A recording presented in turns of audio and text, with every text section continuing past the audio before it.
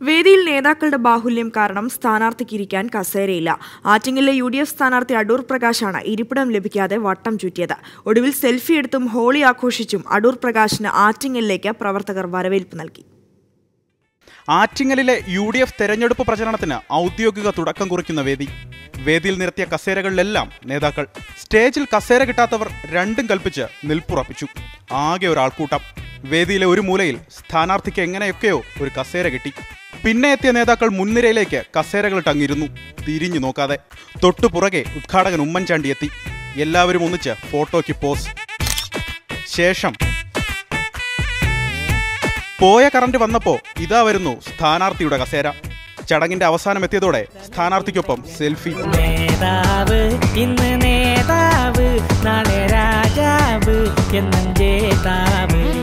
പുറത്തിറങ്ങിയ അടൂർ പ്രകാശിന് പ്രവർത്തകരുടെ വക നിറങ്ങളുടെ വരവേൽപ്പ്. അഭിലാഷ് തൊഴുവൻകോടിനൊപ്പം അലക്സ് റാം മുഹമ്മദ്, 24, തിരുവനന്തപുരം.